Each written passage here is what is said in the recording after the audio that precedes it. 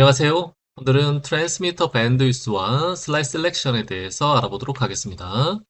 요구되는 선행학습입니다. 꼭 보시고 이 강의를 들으시길 권장드립니다. 환자를 이미징하기 위해서는 환자를 먼저 테이블에 눕히고 보호 안으로 집어넣어야 되는데요. 보호 안에 집어넣기 전에 랜드마크라는 걸 합니다. 빨간색 레이저를 여기 미간에다가 위치시키고 거기를 아이소센터로 지정하는 걸 우리가 랜드마크라고 부릅니다. 3테슬라는 센터 프리퀀시가 127.74MHz인데 여기를 절대적인 제로로 맞추겠다는 얘기죠. 그래서 그 위치를 정하는 것을 우리가 랜드마크라고 합니다. 처음에 슬라이스 셀렉션 그라디언트가 먼저 걸리게 되는데요. 내가 슬라이스를 이렇게 선택을 한다 그래도 이 슬라이스의 위치를 정확하게 알 수가 없습니다. 왜 그러냐면 MRI 보호안은 전부 127.74MHz이기 때문에 여기도 127.74, 여기도 120.74, 여기도 127.74, 여기도 127.74. 즉 모든 곳이 다 똑같은 프리퀀시를 가지기 때문이죠. 그래서 슬라이스 셀렉션 그라디언트를 걸어주게 되면 보시는 것과 같이 여기서부터 여기까지 전부 다른 프리퀀시를 가진다라는 얘기입니다.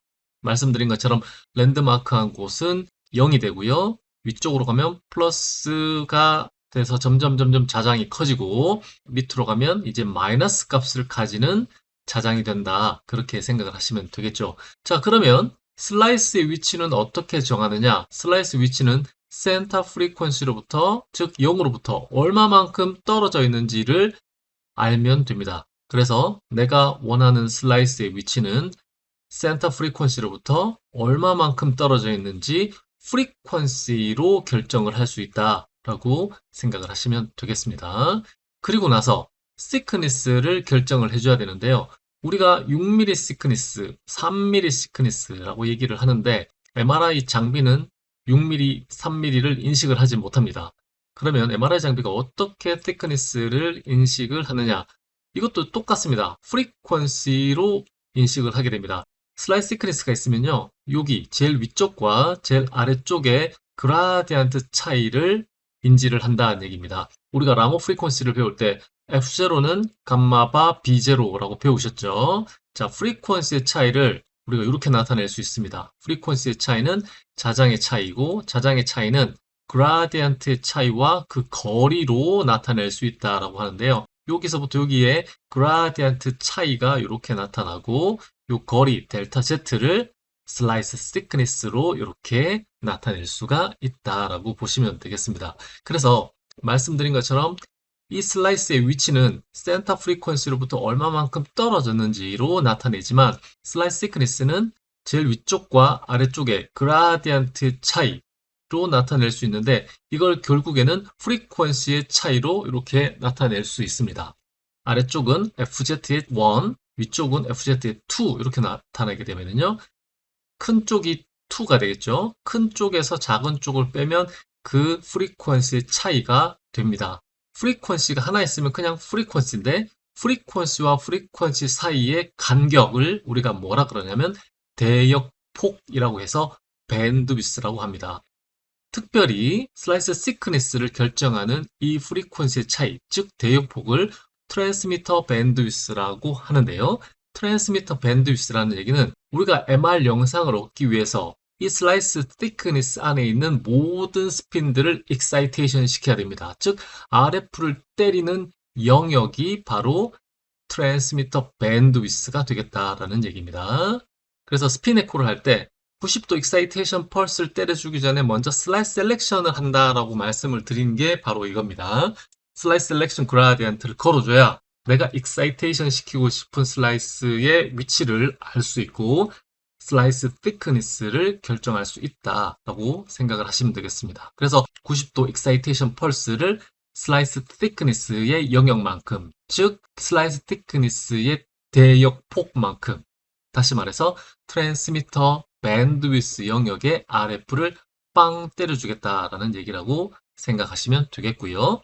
스핀 에코 배울 때 웨이브 폼을 싱크 펑션으로 때려준다고 했는데요. 싱크 펑션으로 때려준 이유가 바로 슬라이스의 프로파일이 이렇게 렉탱글하게 생겼기 때문입니다. 이 두 개의 함수가 정확하게 퓨리어 트랜스폼 관계에 있기 때문에 우리는 RF를 때려줄 때 sync 펑션의 형태로 때려준다. 그렇게 생각을 하시면 되겠고요. 2D에서는 각 슬라이스에 매번 RF를 때려주는데 3D에서는 슬라이스에 때려주는 것이 아니라 내가 찍고 싶은 영역인 전체 슬랩에 RF를 매번 때려준다. 이렇게 생각하시면 되겠습니다. 그게 2D와 3D의 가장 큰 차이라고 보시면 되겠습니다. 그래서 다시 한번 말씀을 드리자면 환자가 MRI에 들어갔는데 내가 슬라이스를 선택을 하려면 슬라이스 셀렉션 그라디언트가 먼저 걸려 있어야 되고 센터 프리퀀시로부터 내가 선택한 슬라이스가 얼마만큼 프리퀀시가 떨어져 있는지를 계산을 해야 되고요. 그리고 슬라이스 시크니스는 그라디언트 필드의 차이 혹은 프리퀀시의 차이, 다시 말해서 트랜스미터 밴드위스만큼이 바로 슬라이스 thickness다. 이렇게 인지를 하게 됩니다. 그래서 이 트랜스미터 밴드위스 영역에 RF를 빵 때려줘서 거기 안에 들어있는 모든 프로토온을 익사이테이션 시킨다. 그렇게 생각을 하시면 되겠죠.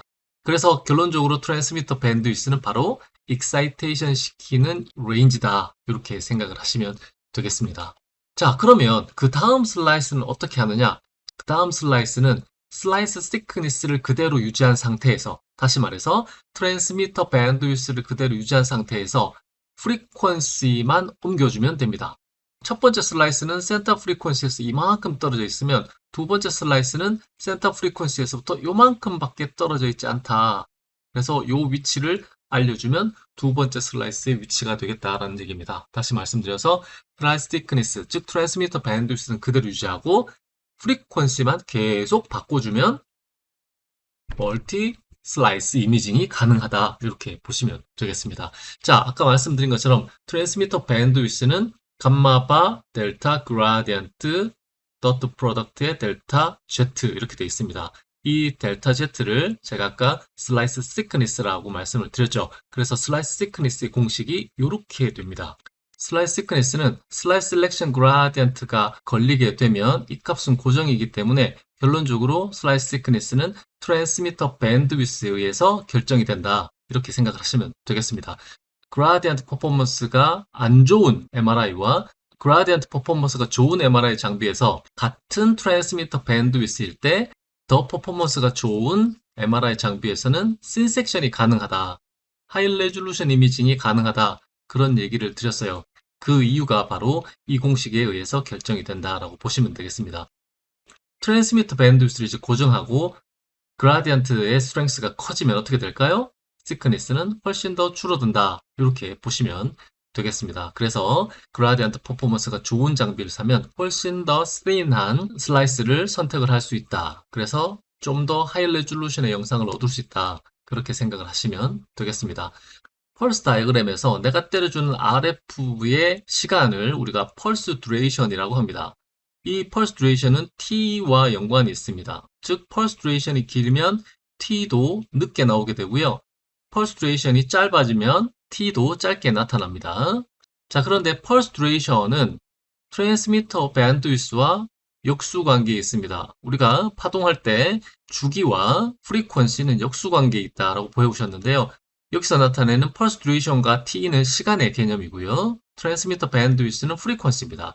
그래서 펄스 듀레이션과 T가 짧아지면 트랜스미터 밴드위스는 훨씬 더 길어지는 이런 특징을 가지고 있습니다. 역수관계에 있다라는 얘기죠.